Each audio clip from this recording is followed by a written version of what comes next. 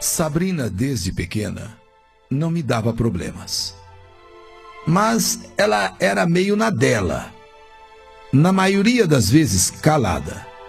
Mas sempre me contava se tinha alguma paquera. Neste caso, ela sempre foi sincera comigo. Sabrina foi então crescendo e chegou aos seus 18 anos. E arrumou um emprego no centro da cidade, quer dizer, no centro de São Mateus. Depois de uns 2 anos trabalhando nessa empresa, ela conheceu e se apaixonou por um rapaz chamado Eduardo. Sabrina. Eduardo morava também próximo à nossa casa. Entretanto, tinha a fama de namorador. Ele não queria um namoro sério. Ele queria mais era curtir. E a minha filha acabou se apaixonando por ele. Muitas vezes a gente se apaixona por pessoas erradas. E ela se apaixonou por Eduardo e gostou do Eduardo. Achou que poderia mudar Eduardo. Achou que poderia completar a vida de Eduardo a tal ponto que ele não precisasse de outras mulheres.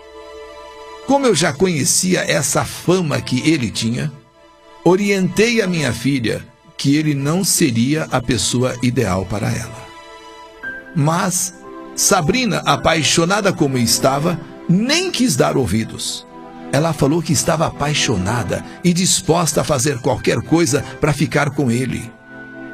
Sabrina ficou assim meio obcecada por Eduardo. Sabe aquela coisa do homem mulherengo, do homem que tem 1000 mulheres, e de repente ela chegou e meio que enquadrou, meio que o deixou assim, no cabresto. Então ela se sentia forte, se sentia importante. Ela estava obcecada por Eduardo e os dois acabaram ficando. E todo lugar onde ele ia, ela descobria onde ele estava e aparecia no lugar. Eu sempre falava para ela: cuidado, Sabrina, cuidado. Esse rapaz está te usando. Você pensa que você tem ele na mão. Você pensa que tem as rédeas. Não tem. Ele é da natureza dele ser mulherengo, minha filha. Para que você vai se apaixonar por um homem? Mãe, não é nada disso que você fala, mãe. Sabe, não é nada disso. Ele é meu e ele não me troca por ninguém. Cuidado, esse rapaz, uma hora ou outra, ele vai te largar. Não vai, mãe, não vai. E ela tinha certeza absoluta que ele não a deixaria.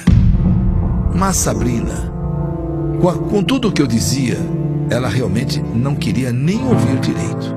Ela queria mesmo era namorar Eduardo. Um tempo se passou e ela, Sabrina, falou que estava sentindo umas coisas estranhas. A princípio, ela não fez assim a ligação uma coisa com a outra. Tô com um pouquinho de enjoo, acho que eu comi um negócio aí que não fez bem. E hoje eu amanheci com um pouquinho de tontura. Eu falei na hora: você engravidou, Sabrina. Você está grávida, Sabrina. Que isso?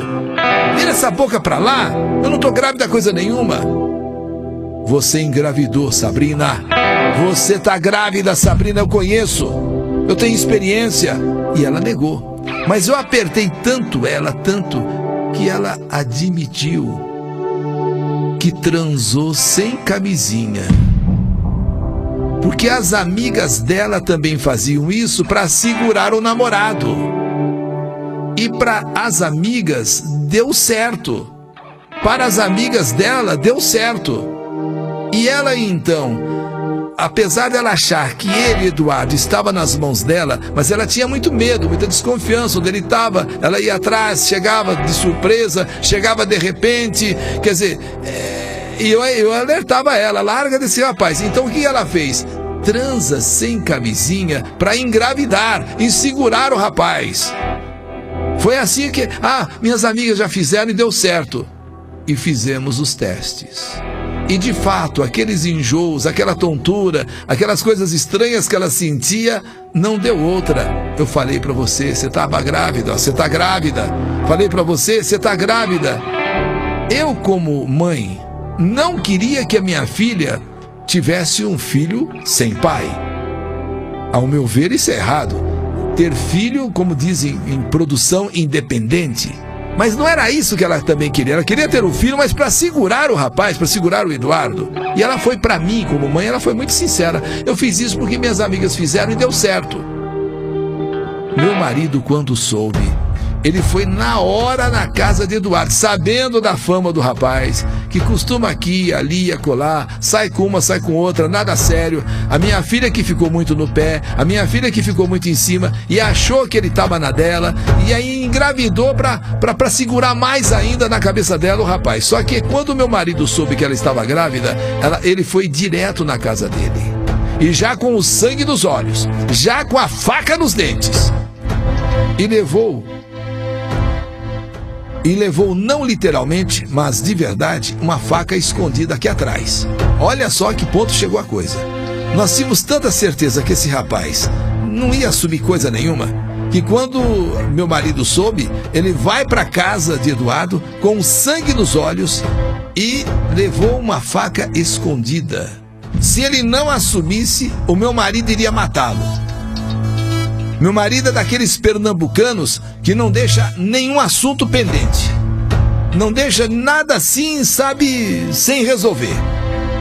Se tiver algum problema, ele resolve, custe o que custar, nem que se for na ponta de uma peixeira.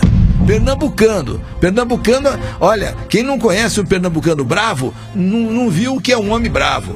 E meu marido é desses, é muito bom, é bom demais, mas se pisar no calo dele, sai de baixo, que o homem é capaz até de matar. Meu marido obrigou inclusive que a Sabrina fosse com ele até a casa de Eduardo. Mas para a surpresa de ambos, cadê o Eduardo? Era sexta-feira. Eduardo tinha saído com alguns amigos, tinha ido para uma balada. Então o meu marido deixou um recado com a mãe de Eduardo. Se o seu filho não for na minha casa amanhã, ele vai pagar caro, porque eu vou vir atrás dele e vou caçar onde ele estiver. Amanhã, 18 horas, eu quero ele na minha casa. A mãe de Eduardo, do jeito que meu marido falou, ela ficou com medo. Porque meu marido falou assim, sabe quando você olha olhando nos olhos da pessoa e dizendo, olha, se ele não aparecer em casa para resolver a questão, eu vou resolver do meu jeito. Dia seguinte, 18 horas em ponto, o interfone tocou. Meu marido mandou entrar. Eu estava na cozinha fazendo janta, quando de repente eu vou para a sala e vejo Eduardo. Ele sentado no sofá ao lado de Sabrina. E meu marido já logo dizendo, olha, você foi irresponsável. Vai ter que assumir a gravidez da minha filha, tá entendendo? Você tá entendendo o que eu tô falando? Você tá entendendo? A menina foi avisada 1 milhão de vezes pela mãe. Você mesmo foi chamada a atenção aqui, então agora foi irresponsável, engravidou a menina. Vai ter que assumir a gravidez. Tá entendendo? Você tá entendendo ou não tá entendendo? O Eduardo colocou as mãos na cabeça. Assim, sabe quando você coloca a mão na cabeça e abaixa?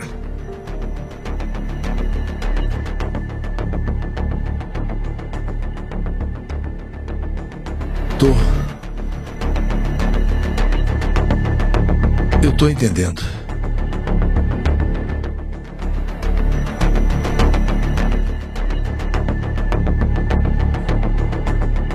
Eu tô entendendo. Se o senhor permitir, a gente se casa o mais rápido possível. Aliás, era tudo que eu queria. Era tudo que eu queria. Essa resposta do Eduardo desarmou meu marido. Desarmou.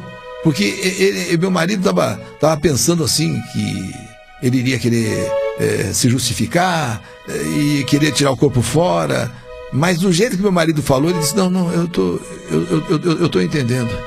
Então, eu só quero, se o senhor me permitir que a gente case o mais rápido possível. Eduardo, para a surpresa do meu marido, conforme ele disse, tinha ficado feliz. e se comprometeu a alugar uma casa e morar junto com Sabrina. Até aconteceu o casamento, mas por hora, sabe, eu vou alugar uma casa, se o senhor permite, a gente já vai morar junto, e aí a gente já prepara o casamento. Meu marido ficou totalmente desconcertado. Pensou que ia encontrar uma barreira, pedreira pela frente. Ao contrário, encontrou um cordeirinho, um carneiro. Não, tudo bem, eu estou feliz.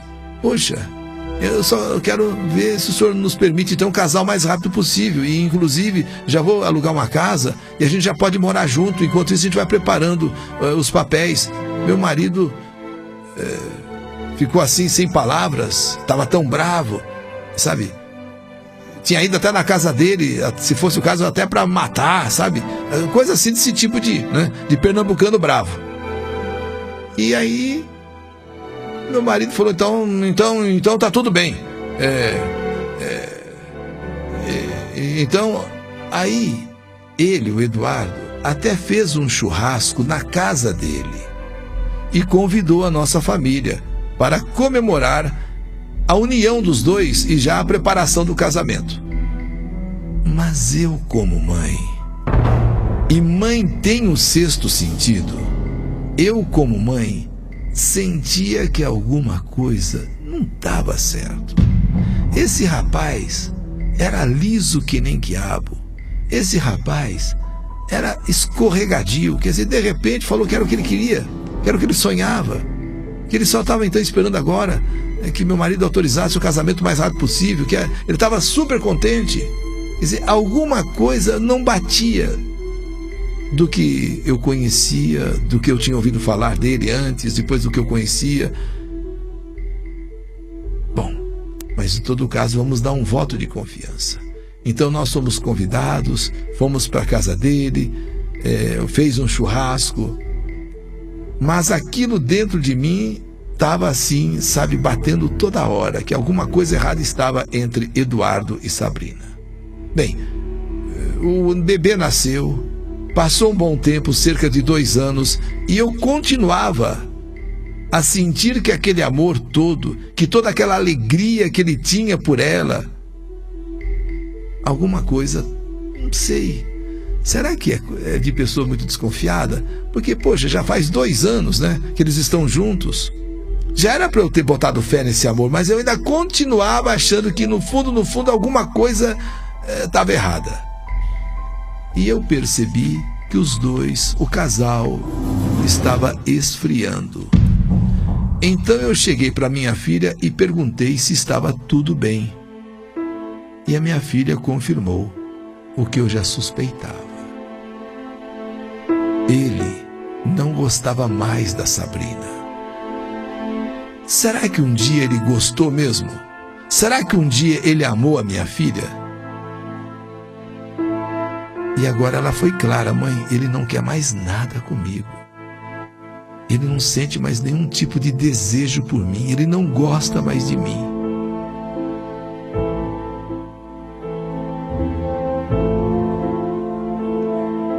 Era o que eu imaginava que fosse acontecer. Eu achei até que demorou muito tempo. 2 anos. E passado algumas semanas, ele voltou a morar na casa dos pais. Largou a minha filha. Entretanto, ele pagava a pensão direitinho. Ficava com a bebê nos finais de semana. Também pagava o aluguel. Ao meu ver, pelo menos ele estava cumprindo o papel de homem, o papel de pai. Mas para Sabrina estava errado. Ele tinha que voltar para ela de qualquer maneira. Ele tinha que voltar para ela. Esse negócio de ele voltar a morar com os pais estava errado. E foi aí que a minha filha teve uma ideia. Ela estava disposta a tê-lo a qualquer preço, a tê-lo de volta a qualquer custo, desde o namoro, desde aquele momento em que ela engravidou para segurar ele e conseguiu. Durante esses 2 anos que estão juntos, filho nasceu, tudo. Quer dizer, ela sempre foi assim meio que obcecada por ele. Ele mais aquele espírito liberal, aquele espírito mais assim, sabe? Parece que isso prende mais as mulheres, eu não sei. A minha filha, olha, tinha uma coisa assim por esse homem. Tanto que com ele indo embora de casa para voltar para a família dele, ele disse que não queria mais, não gostava mais, não queria mais, mas ele pagava tudo direitinho, desde a pensão, desde o aluguel, mas a minha filha não suportava a ideia de não tê-lo ao lado dela. Queria tê-lo de qualquer maneira, a qualquer preço ele de volta. Sabrina tinha um amigo que mexia com essas coisas de magia negra. Ele era pai de santo. Veio poucas vezes aqui em casa. E todas as vezes que ele veio, eu senti algo muito, mas muito pesado nele. Uma energia negativa. Mas não falava nada. Para minha filha não falar que com tudo eu implico. Com tudo eu implico. Mas só que se ela pesasse bem, ela vê que eu tenho razão. Porque quando eu impliquei com o Eduardo, demorou um pouco, mas ele mostrou realmente que ele não queria nada. Apenas engravidou, pôs o filho no mundo, ficou um tempo e foi embora. Mas agora, com esse pai de santo aí, eu não sei, havia uma energia muito negativa nesse homem. Mas eu não vou falar nada porque senão eu vou dizer que eu estou implicando. Passou um tempo, Sabrina chegou até a mim e falou: mãe, está feito. Eu vou ter o meu homem de volta. Eu vou ter o Eduardo de novo. Ele vai comer na minha mão, viu, mãe? O que eu fiz foi muito bem feito. Eu, como mãe, sempre com o meu sexto sentido, já associei que minha filha tinha feito alguma coisa. Primeiro, o envolvimento com aquele pai de santo que logo soube que era ligado à magia negra. Agora ela vem para mim e diz: vou tê-lo de volta. O Eduardo vai voltar e até pedir perdão. Vai até se ajoelhar nos meus pés. A senhora vai ver, mãe. Vou ter o meu homem de volta. Mas eu já associei a alguma magia negra. Já associei a alguma coisa que ela fez com a orientação lá do tal do pai de santo. Alguma amarração para Eduardo. Já que dias antes, eu ouvi minha filha falando com esse tal de pai de santo, de que, mas o senhor acha que realmente ele volta? O senhor acha que é? E o homem falando: volta e não vai nunca mais sair. Vai voltar, você vai ver só, vai voltar. A minha filha então ficava, vamos dizer, esperançosa. Ainda mais que o pai de santo dizia que não só ia voltar, como não queria mais, não ia querer nunca mais deixar ela. Não queria, que era o que minha filha queria ouvir. Era o que minha filha queria escutar. Não só ele vai voltar, mas ele nunca mais vai querer ir embora. Nunca mais. E olha, 15 dias se passaram. Exatamente 15 dias depois, ela veio até mim e me falou que o Eduardo tinha aparecido. Que Eduardo estava atrás, sabe, com desculpa do filho, querendo se aproximar dela, Sabrina. E de fato, era o que Sabrina queria. Vamos escutar o que Eduardo queria. Aí ele pediu desculpas e falou que ela, Sabrina, era a mulher da vida dele. E prometia que seria um homem melhor, que seria um homem, sabe, dos sonhos dela, que ele se arrependeu de ter ido embora, que ele se arrependeu de deixá-la, iria dar todo o amor do mundo para ela. A minha filha ficou em êxtase. A minha filha ficou realizada. Um mês depois disso, os dois já estavam juntos novamente. A minha filha estava que só era graça. Era só, sabe, assim se sentindo realizada. Conseguiu trazer o homem, conseguiu fazê-lo comer na mão dela. Ele pediu perdão. Se ela quisesse, ele teria até se ajoelhado. Mas ela também não ia fazer isso para não humilhá-lo. Com um mês depois disso, os dois estavam juntos novamente. E agora começaram a viver a vida em comum. Ela, inclusive, nessa ausência dele, nessa distância em que ele ficou durante esse tempo, que soube de casos que ele teve, de garotas que ele teve aqui, ali, acolá, ela acompanhava tudo. Ela acompanhava tudo. E agora que ele voltou, agora que ele está de volta, pediu perdão e disse que daria a ela o amor que sempre ela mereceu. E que ele não havia enxergado o quanto ela era importante para ele.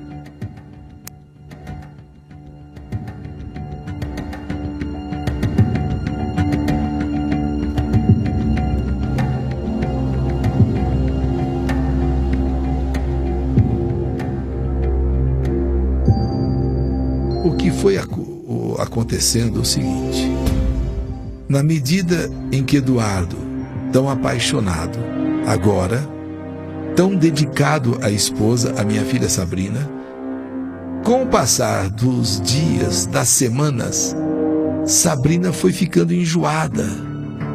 Sabrina foi ficando enjoada de Eduardo.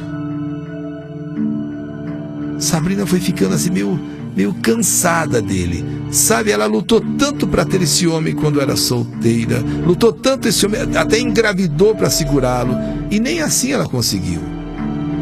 Meu marido fez com que os dois, sabe, se juntassem, se casassem, e aí, mas aí nasceu o filho, meses depois ele foi embora, e foi viver a vida dele, embora ele cumprisse com as obrigações dele, mas ele foi viver a vida dele. E agora que ela fez essa magia negra, essa coisa, ele volta e volta apaixonado. Só que aí, muitas vezes a minha filha vinha para minha casa, não aparecia na própria casa, porque estava meio cansada do Eduardo. Sabe quando a pessoa vai cansando, a pessoa não vai mais querendo, agora era ela. E Eduardo ficava louco, Eduardo chorava, Eduardo ficava desesperado.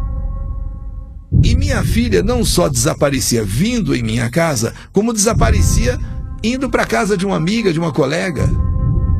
Eduardo chegou até a chamar a polícia para averiguar onde pudesse estar minha filha. Foi aí que eu chamei a minha filha para uma conversa. Peraí. Eu disse um monte de coisas para ela. Que eu, desde o começo, era contra aquela união, isso ela já sabia. Que desde o começo eu já havia dito um monte de coisa do rapaz, ela já conhecia e sabia.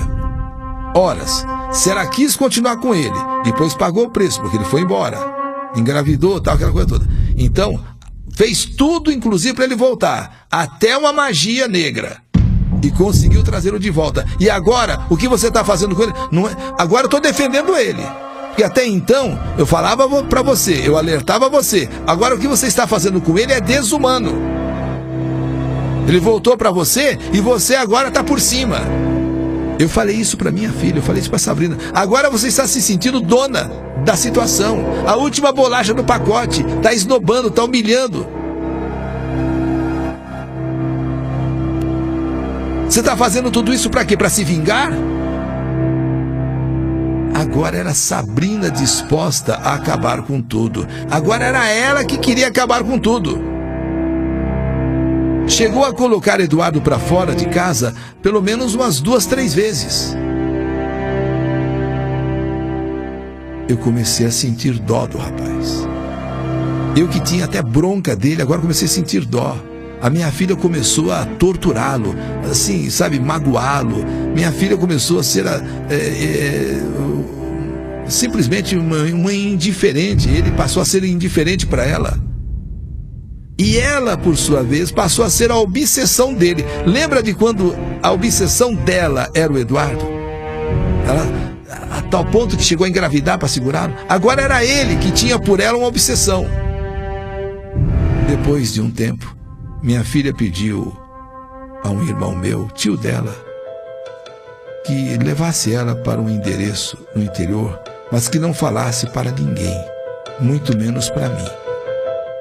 E foi embora com a filha dela. Isso para ninguém saber onde ela estava morando, porque ela já não suportava mais Eduardo. Foi ela que fez tudo para trazê-lo de volta. Agora que ele voltou, agora ela não quer mais ele. E ele então, enlouqueceu quando soube que Sabrina tinha ido embora. E aí eu fiz uma coisa que qualquer mãe faria por um filho.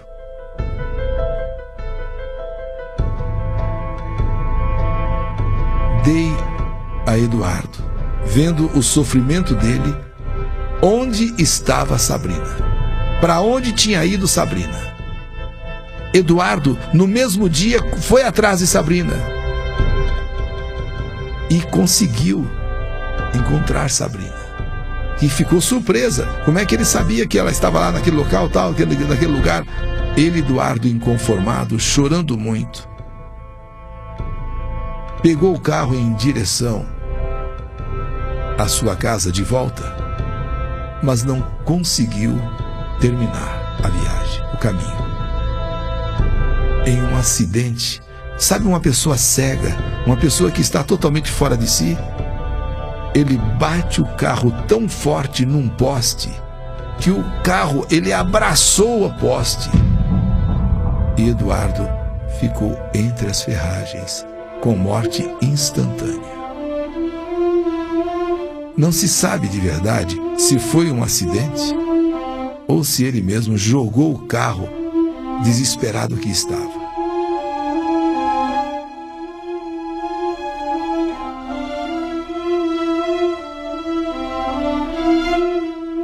Eu desde o início avisei Sabrina. Pedi que ela não se envolvesse. Se envolveu. Depois aconteceu mais ou menos o que eu tinha previsto. Ele ficou um tempo devido à ameaça do meu marido do casamento, ficou um tempo, teve o filho, mas a verdade é que ele queria viver. Ele sempre foi assim, queria, viver aventuras. E com a minha filha no pé, com a minha filha obcecada, ela não dava nenhuma abertura, ela não dava espaço. Até que quando deu, ele foi embora. Minha filha inconformada e não sabia o que fazer para trazê-lo de volta, vai atrás de um pai, de uma pessoa dessa que faz magia negra, e conseguiu fazer algo que o trouxe de volta realmente. Só que aí, com o passar das semanas, dos dias, dos meses, foi ela que não queria mais. Ela que já queria desfazer de tudo, porque, alcancei meu objetivo, trazê-lo de volta. E o trouxe com humilhação. Ele chorando, pedindo para voltar. Só que depois, ela não o queria mais. A ponto dela ter que ir embora, sem avisar para onde ia, graças a um irmão do meu marido, a um tio. Só que eu descobri e passei a ele. Ele estava simplesmente a ponto de morrer. Ele vai até lá e ela o humilha. Simplesmente não o quer mais. E na volta, ele bate o carro em um poste. O carro abraça o poste e ele fica entre as ferragens.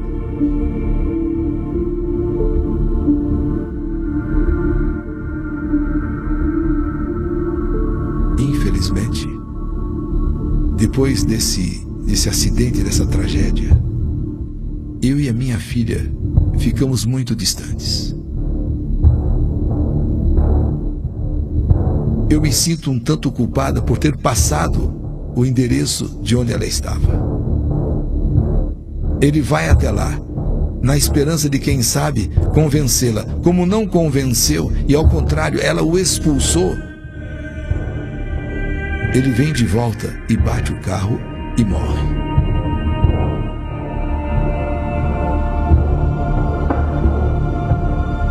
Esta carta é para falar sobre a minha filha, de quem tenho muita saudade.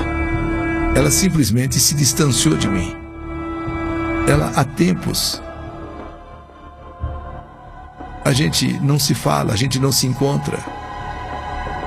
Ela não me perdoa o fato de eu ter dado o endereço de onde ela estava para o Eduardo, porque eu descobri e dei. Eu vi aquele rapaz sofrendo, aquele rapaz, quase morrendo. E foi na volta desse encontro que ele teve com ela, que ela não quis de jeito nenhum, absolutamente nada com ele, que ele, na volta, ele bate o carro e morre. Ela me acusa como se fosse eu a culpada. E eu só quis ajudá-lo. Porque eu vi bem quando ela estava obcecada por ele, o quanto ela sofria. E eu imaginei o quanto ele também estava sofrendo, obcecado agora, ele por ela, vítima de uma magia negra, que ela me confessou que fez, e que agora teria o homem dela na mão, teria o homem dela ali.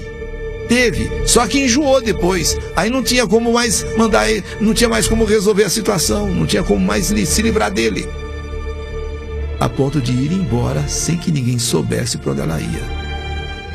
Consegui, vendo o sofrimento dele, dei a ele o endereço, ele vai, e nessa viagem, na volta, ele morre. Ela me acusa até hoje, e eu me sinto realmente um pouco culpada. Mas eu quis fazer o bem, eu quis ajudar. Eduardo, embora desde o início eu nunca aprovei o relacionamento seu com a minha filha, porque a minha filha, ela queria algo tão sério, e você queria uma coisa tão assim, sabe, volúvel. E eu sempre a alertei. Mas por fim, acabei ficando com dó de você. E tentei ajudá-lo, sem imaginar que esta minha ajuda iria custar a sua vida.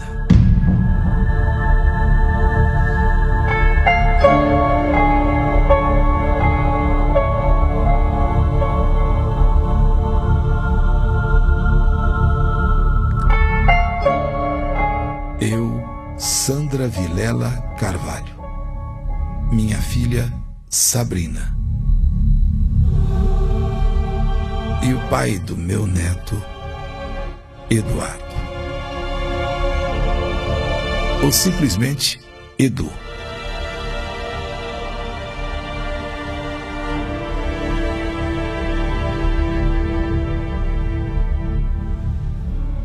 É mais uma história que a vida escreveu, com tantas nuances, com tantas situações, mas que culminou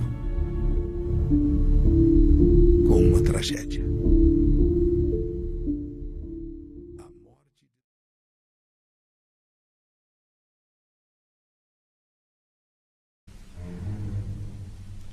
Apesar da situação financeira minha e de meu marido, apesar da nossa situação financeira não estar nada bem, eu fiquei grávida e dei à luz a minha terceira filha. Nascia Juceli, sadia, de perfeita formação física.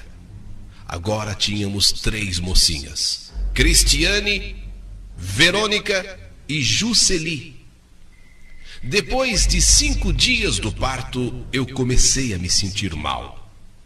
E indo para uma consulta de emergência, eis que tenho de ser internada às pressas, pois estava com hemorroidas e 5 coágulos internos. Cirurgia dolorosa, cirurgia demorada, 5 coágulos internos e hemorroida. Mas a cirurgia correu bem. Embora demorada, dolorosa, correu bem e logo eu estava com alta. Mas, para minha tristeza, após 11 dias da cirurgia, eu acordei às 2 da manhã com terríveis dores de barriga, a ponto de eu não conseguir nem correr para o banheiro. Do jeito que eu acordei, aquelas dores terríveis, com meus gemidos agudos, com meus gemidos, meu marido também acordou e nossa cama estava lavada de sangue. Hemorragia no intestino. A minha cirurgia de hemorroidas, aquilo estava lavado de sangue. Meu marido, ele nunca gostou de ver sangue. Meu marido, ele quando vê sangue, ele passa mal. Eu ali, gemendo, dores, hemorragia na cirurgia que eu fiz no intestino, me sentindo fraca, eu vou desmaiar. Meu marido ali do meu lado, vendo aquilo, ele começou a passar mais mal que eu.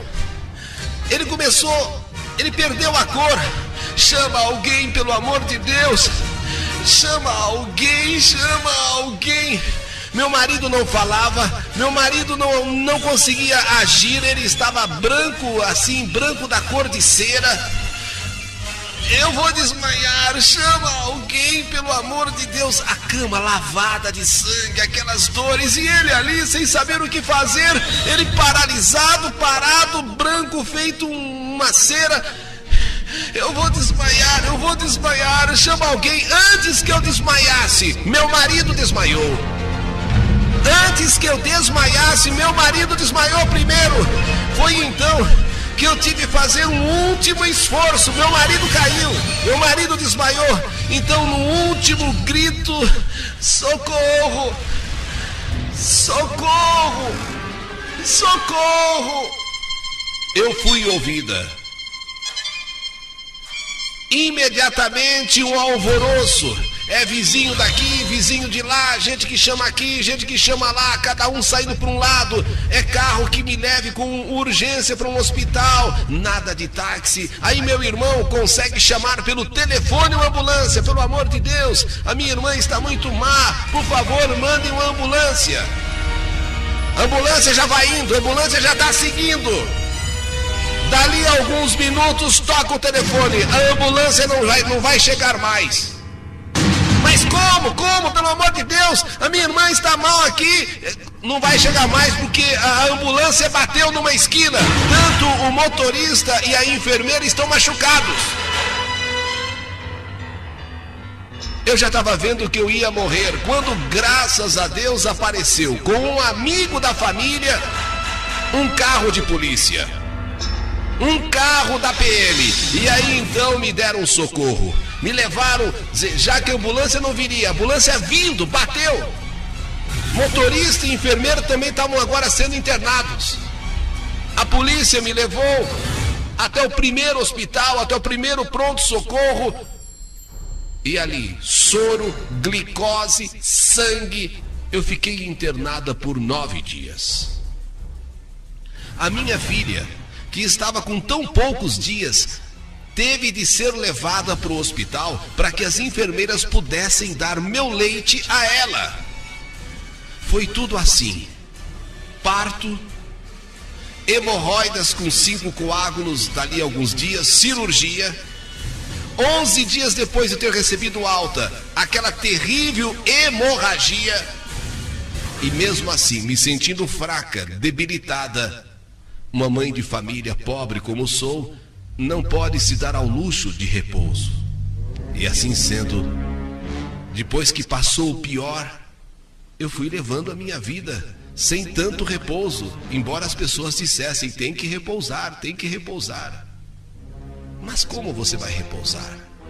Quase 3 meses após o nascimento de Jusceli, qual não é minha surpresa quando as 3 meninas, as 3 filhas que temos, ficam doentes ao mesmo tempo. Outra vez de volta ao hospital, Cristiane voltou com uma enorme receita para casa. Verônica teve que ficar internada e Jusceli também teve que ficar internada. Depois de 5 dias, Verônica teve alta e pôde voltar para casa. 2 dias depois da volta de Verônica, liberaram também a neném, a caçulinha, 15 dias. Aliás, 3 meses, melhor dizendo. A mais velha estava bem, a do meio recuperando. A Jusceli, ela não estava bem. A mais novinha, a caçulinha, o leite que ela mamava não parava no estômago, vai e volta em hospitais, vai e volta em hospitais, e nada de melhorar, e nada de melhorar. Ela chorava de fome, não conseguia comer, ela chorava de fome, nada parava no estômago dela. Por fim, voltou com infecção hospitalar. Numa dessas vezes que vai para o hospital e volta, vai e volta, voltou com infecção hospitalar. E foi no dia 18 de julho que nos meus braços, correndo para o hospital mais uma vez, a minha filha começou a se esticar. A minha filha começou a se esticar.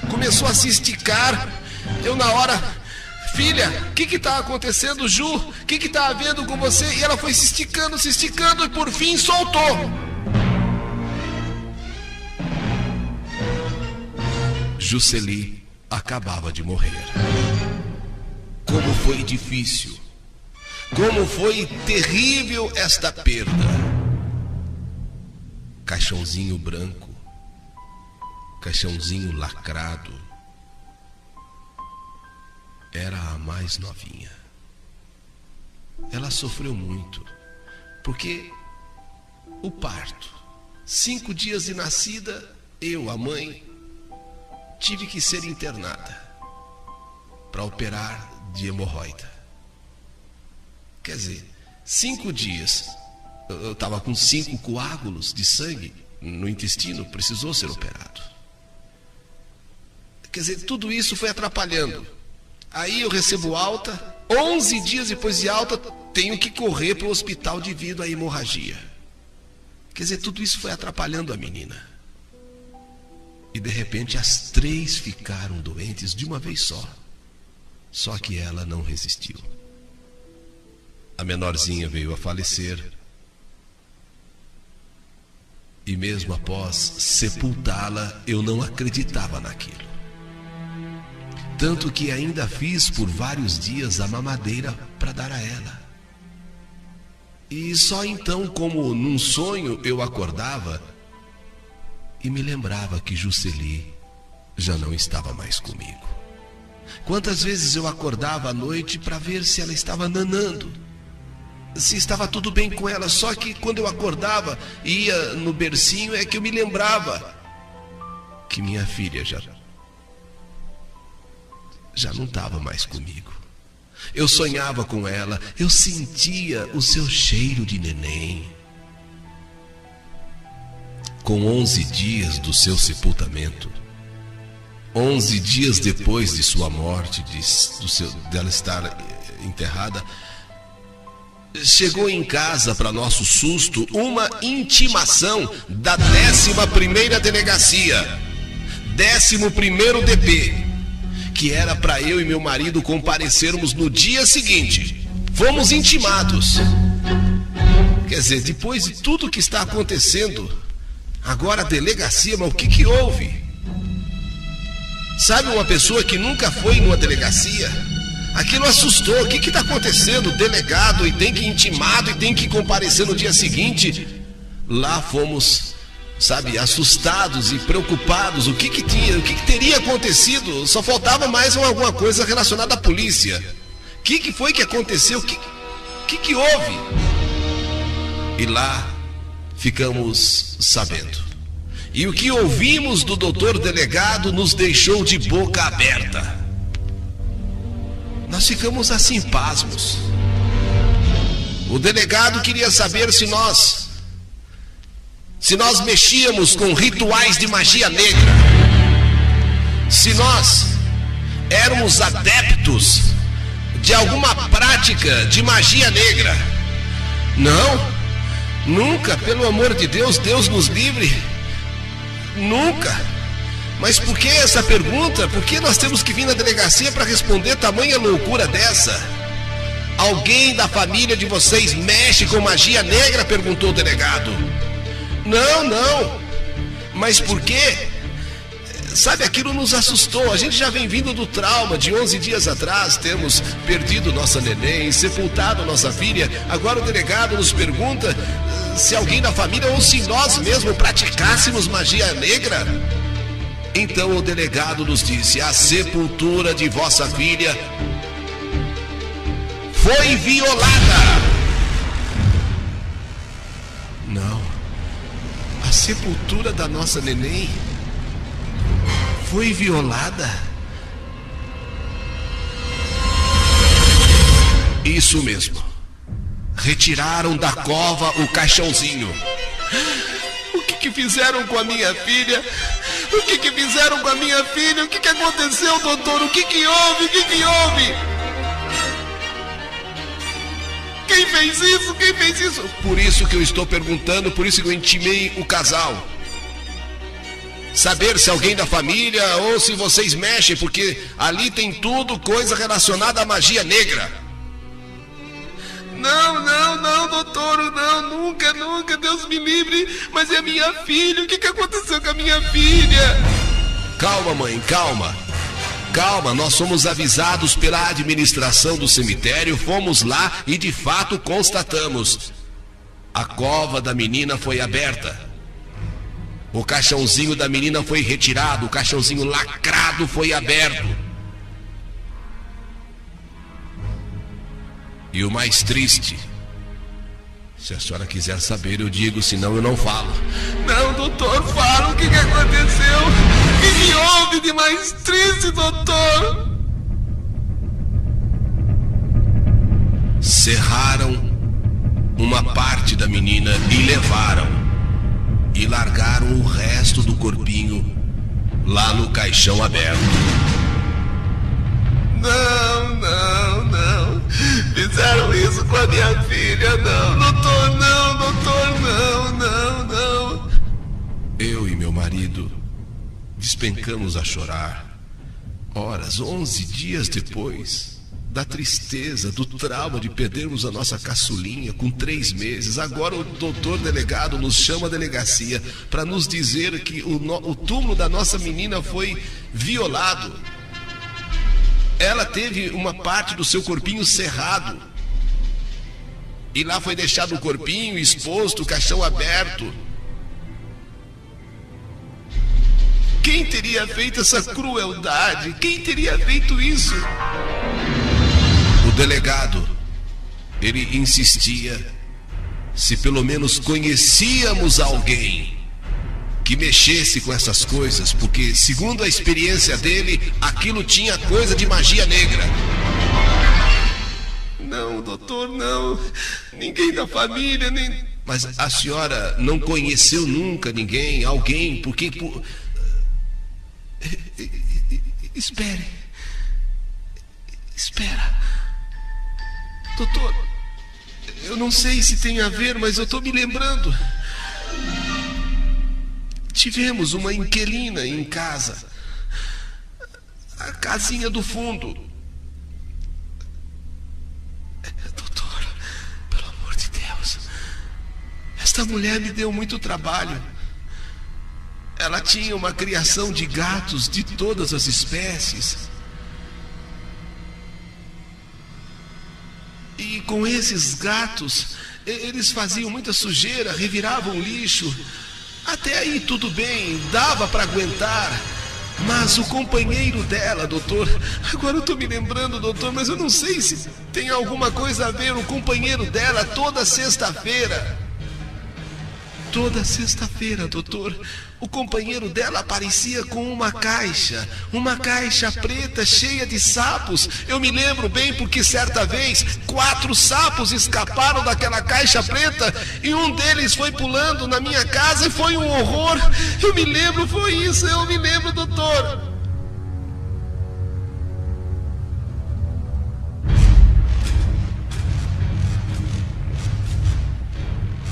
E quando eu estava gestante, justamente da pequena Jusilei falecida, me deu de presente 3 vestidos, sendo um preto, um rosa e um vermelho.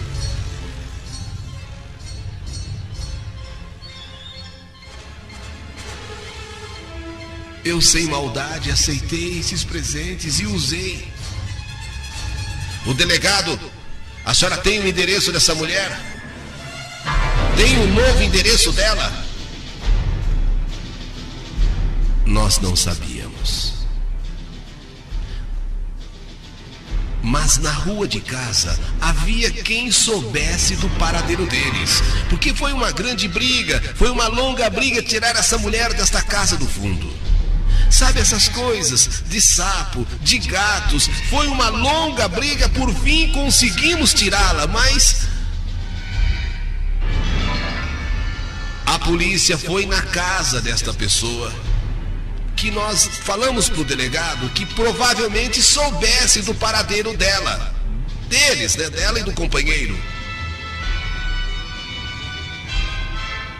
A polícia foi na casa desta pessoa.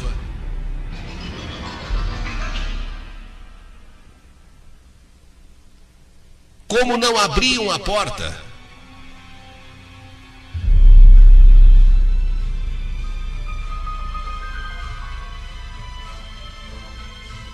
porque essa pessoa da rua contou onde estava. Essa pessoa da rua disse: olha, ele está em tal lugar assim, assim. Eles mudaram para lá. Foram até lá e como eles não abrissem a porta, os policiais arrombaram e então encontraram realmente coisas horríveis. Dentro de uma vasilha de barro, a perninha da minha filha, que havia sido cortada do corpinho dela lá no cemitério. Velas, farofa, imagens, inclusive bichos sacrificados. O delegado imediatamente determinou a prisão dos dois, da mulher e do companheiro.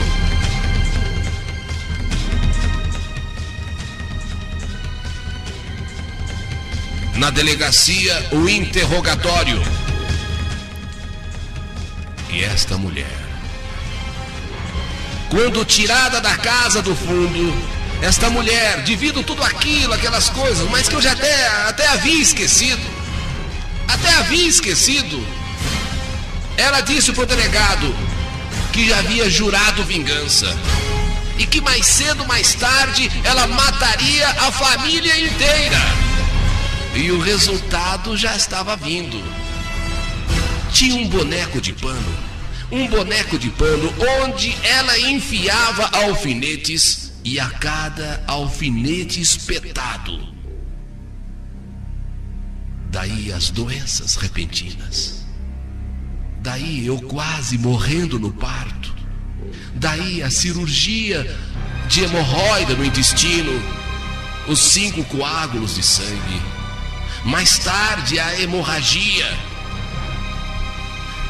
Aquele boneco, cada alfinete enfincado, uma doença. Boneco da menina, boneco da outra, maldade em cima de maldade. Aqueles vestidos que havia me dado, ela estava contando tudo.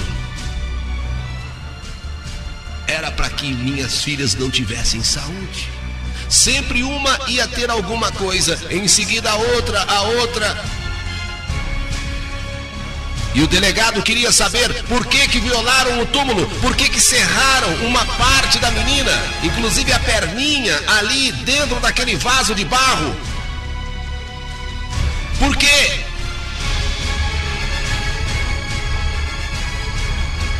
Esta perninha seria o momento final para acabar com o resto da família.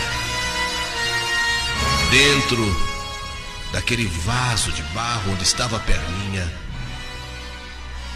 toda uma terra de cemitério. A magia ainda ia ser feita, ia ser usado ali, mas não estava ainda feita. Iria ser feita, estava por ser feita.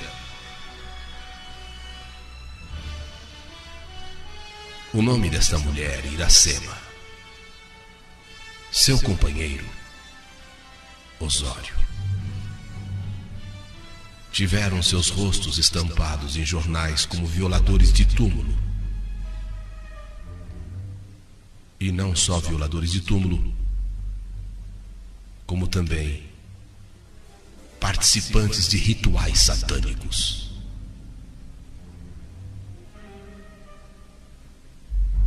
O delegado quis saber por quê.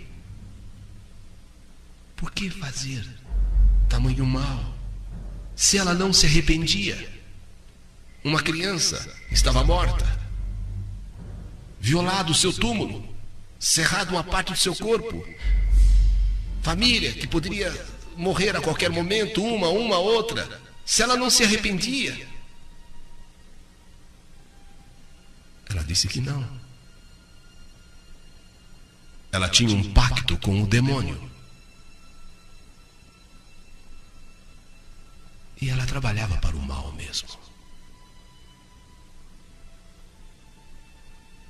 Eu tinha o recorte de vários jornais que publicaram isso, mas queimei todos, para não ter o desprazer de olhar aquelas caras malditas, endemoniadas, que fizeram com que minha filha Jusceli morresse.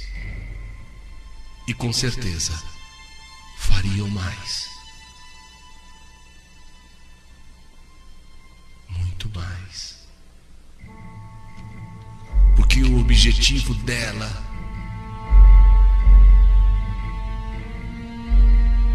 era acabar com toda a família. E isso ela disse com todas as palavras para o delegado. O delegado, acostumado a lidar com tanta gente, até ele ficou revoltado. O delegado, até ele ficou perplexo.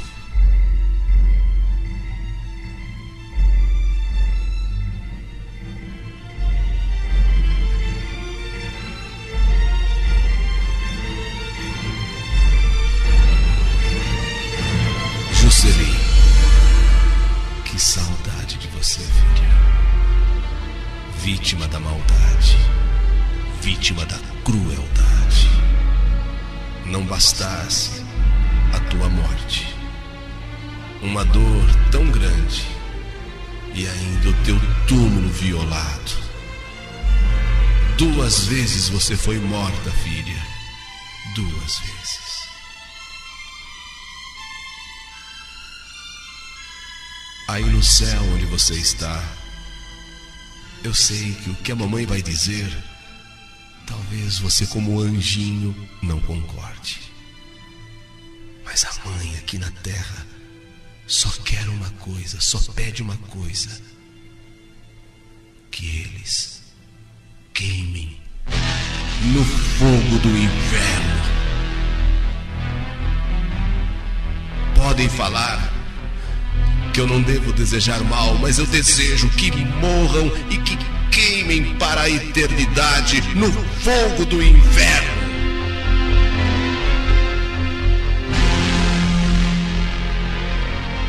Adeus, filha.